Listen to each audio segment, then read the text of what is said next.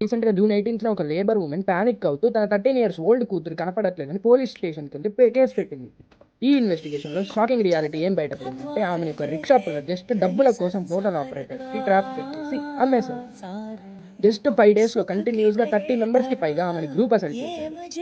Physical trauma suppress చేయడానికి, voice బయటికి రాకుండా ఉండడానికి ఫోర్స్ చేసి ఆల్కహాల్ తాగించారు. దీంట్లో సింగిల్ పర్సన్ కాదు ఎంటైర్ సిటీలో ఉన్న multiple hotels operators nexus implicate అయింది.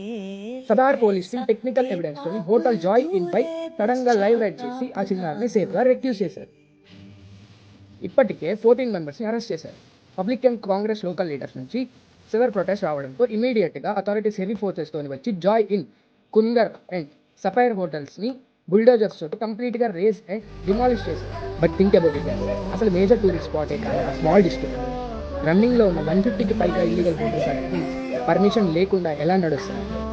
Management, local transport and local authorities బ్లైండ్‌గా ఎందుకున్నారు? ఇది కమర్షియల్ నెక్సెస్ కాదా? సో ఇప్పుడు కేవలం హోటల్ బిల్డింగ్ బుల్డోజ్ చేస్తే సేఫ్ అయిపోము. ఈ క్రైమ్‌లో లింక్ ఉన్న ప్రతి ఒక్కడి పేరు బయటికి రావాలి. ఫాస్ట్ ట్రాక్ కోర్ట్స్ ద్వారా పాక్సో యాక్ట్ కింద మాక్సిమం క్యాపిటల్ పనిష్మెంట్ పడాలి. Stand for justice. ఈ వీడియోని మాక్సిమం మెంబర్స్‌కి షేర్ చేసి అకౌంటబిలిటీ డిమాండ్ చేయండి. Keep your surrounding safe.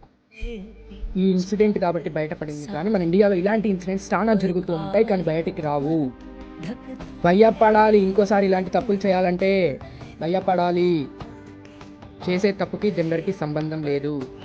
తప్పు అబ్బాయి చేయొచ్చు, అమ్మాయి చేయొచ్చు. మొన్న కేసులో సియా గోయల్ తప్పు చేసింది. ఈరోజు కేసులో ఈ 30 మెంబర్స్‌గా తప్పు చేశారు. అక్కడ వుమెన్, ఇక్కడ మెన్. సో మీరు చూడాల్సిన తప్పు జెండర్ కాదు. ఇదే తప్పు ఏ అబ్బాయికి జరిగినా రియాక్ట్ అవ్వండి, ఏ అమ్మాయికి జరిగినా రియాక్ట్ అవ్వండి.